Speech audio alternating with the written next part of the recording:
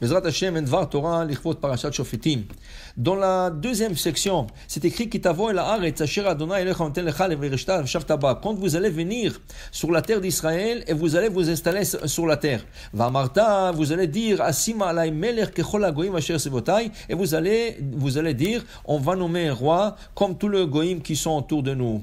Le prophète Samuel, il a reproché le jour avant qu'il quitte ce monde à Am Israël, il leur a dit vous avez mal fait de demander un roi. Or qu'ici dans la paracha il y a un mitzvah de nommer un roi. Alors pourquoi il nous a reproché? Disent Chachamim, parce que la Torah précise en disant que Chol hagoyim asher sivotai, vous avez voulu un roi comme tout le goyim. Il y a une mitzvah de nommer un roi, mais la mitzvah de nommer un roi c'est parce qu'Hachem nous a donné cette mitzvah et pas parce que le goyim ils ont eu cette mitzvah. Vous allez voir que le roi Shaoul, le premier roi d'Israël, il va être nommé contre le Pélishtim, ils vont nommer le roi.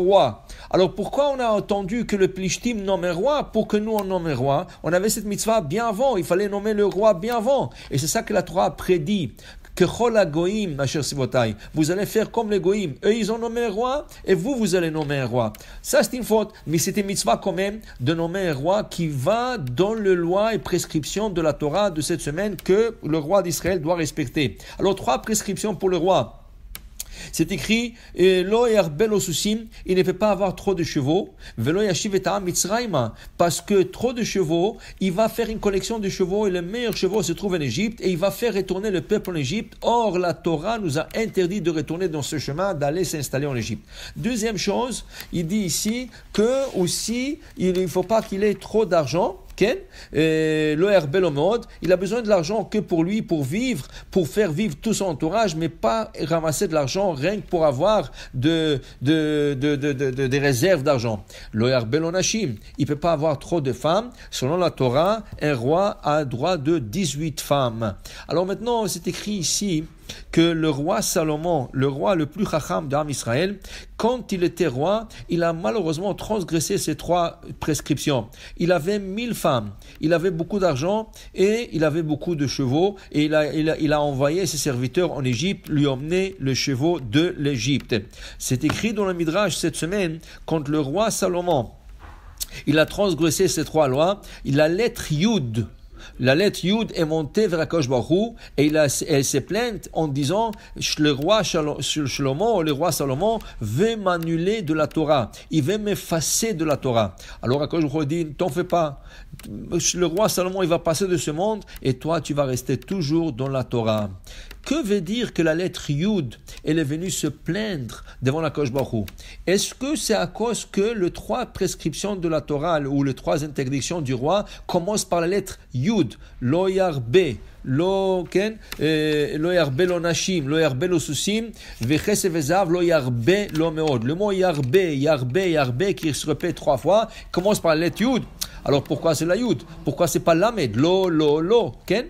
Alors en vérité, le Chachamim nous explique la chose suivante, que le roi Salomon doit sa vie à la lettre Yud. Comment? Vous savez que le roi Salomon c'est le fils David. Le roi David, à son époque, les gens n'étaient pas sûrs s'il est vraiment juif ou pas. Parce que le roi David, sa grand-mère, c'était Ruth à Moavia.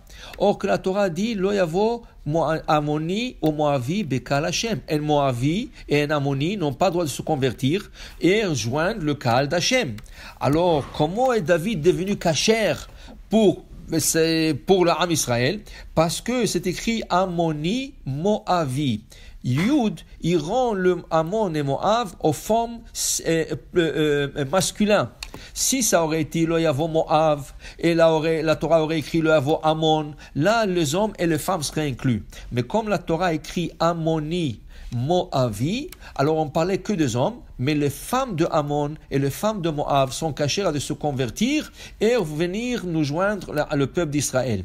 Ça veut dire c'est grâce à la petite Yud, la petite lettre, quand on a ajouté au mot Ammon et Moav, que David Amelech était permis. Si David est permis, le roi Salomon est permis. Et là on comprend, c'est la lettre Yud qui est venue se plaindre à Hachem. Moi, je lui donnais la permission de devenir juif complètement, et la conversion de sa arrière-grand-mère, Ruth Amavia, est valable, et lui, maintenant, il peut être le roi d'Israël, car dans le 7, paracha dont on parle du roi, il est écrit clairement Lo tuchal la tête alecha ish nochri. Un goy ne peut pas être le roi d'Israël. Alors c'est la Yud qui a cachérisé le roi Salomon et c'est elle qui est venue se plaindre. Pourquoi il voulait m'arracher de la Torah? Pourquoi il a transgressé les 3 interdictions? Lo yarbel onashim, lo yarbel osusim, vekesef vezav lo yarbel omod. Alors Hachem lui dit, t'en fais pas.